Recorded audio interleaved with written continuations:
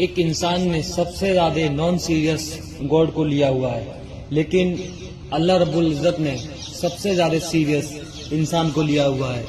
قرآن سورہ ہود میں نہیں آتا، اللہ تعالیٰ شاہ فرماتا ہم نے امت کو فقط پیدا ہی اس لیے کیا ہے کہ اس کو ہم آزمائیں، لیکن ایک انسان اپنے عروج پر، اپنی بے پرواہی کے عروج پر ہے، اسے پتہ ہی نہیں ہے کہ آخرکار وہ پیدا کیا ہوا ہے۔ چاند اور سورج اور دنیا کی ساری نعمتوں کو کیا ایک انسانی خدمت کے لیے نہیں بنایا؟ اللہ تعالیٰ نے فقط بنائی ہے ایک انسان کے لیے۔ اللہ تعالیٰ نے ایک انسان کی خدمت کے لیے چاند کو بنایا، سورج کو بنایا، یہاں تک کہ تارے بنائے، یہاں تک کہ فرشتوں کو انسان کی ڈیوٹی کے لیے تیار کر دیا۔ کیا فرشتے کے انسان کی ڈیوٹی نہیں کرتے ہیں نا؟ دن رات میں ایک انسان کی خدمت کے لیے اللہ تعالیٰ کے ہزار فرشتے، لاکھوں فرشتے، یہاں تک ملین ٹریلین میں فرشتے انسان کی ڈیوٹی کو پورا کرتے ہیں، لیکن ایک انسان ہے کہ وہ اللہ کو سیریس لیتا ہی نہیں ہے۔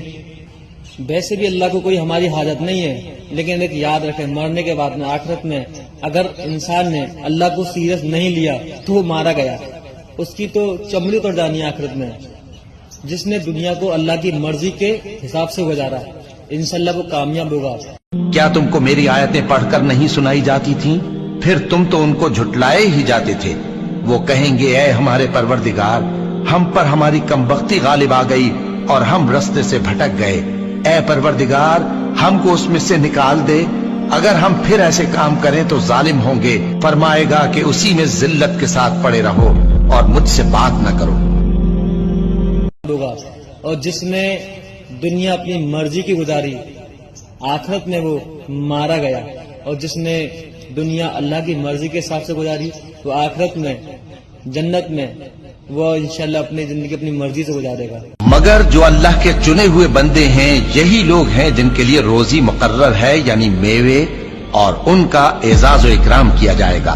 نعمت کے باغوں میں ایک دوسرے کے سامنے تختوں پر بیٹھے ہوں گے، شراب لطیف کے جام کا ان میں دور چل رہا ہوگا جو رنگ کی سفید اور پینے والوں کے لیے سراسر لذت ہوگی، نہ اس سے درد سر ہو اور نہ وہ اس سے بہکیں۔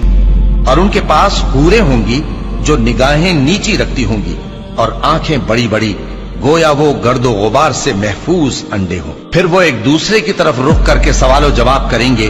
ایک کہنے والا ان میں سے کہے گا کہ میرا ایک ساتھی تھا جو کہتا تھا کہ بھلا تم بھی ایسی باتوں کی تصدیق کرنے والوں میں ہو؟ بھلا جب ہم مر گئے اور مٹی اور ہڈیاں ہو گئے تو کیا ہم کو بدلہ ملے گا؟ اللہ کہے گا کہ بھلا تم اسے جھانک کر دیکھنا چاہتے ہو؟ پھر وہ جھانکے گا تو اس کو بیچ دوزخ میں دیکھے گا، کہے گا کہ اللہ کی قسم تو مجھے بھی ہلاک کرنے لگا تھا، اور اگر میرے پروردگار کی مہربانی نہ ہوتی تو میں بھی ان میں ہوتا جو عذاب میں حاضر کیے گئے ہیں۔ تو کیا واقعی اب ہم مرنے والے نہیں؟ ہاں، جو پہلی بار مرنا تھا سو مر چکے اور ہمیں عذاب بھی نہیں ہونے کا۔ بے شک یہی تو بڑی کامیابی ہے۔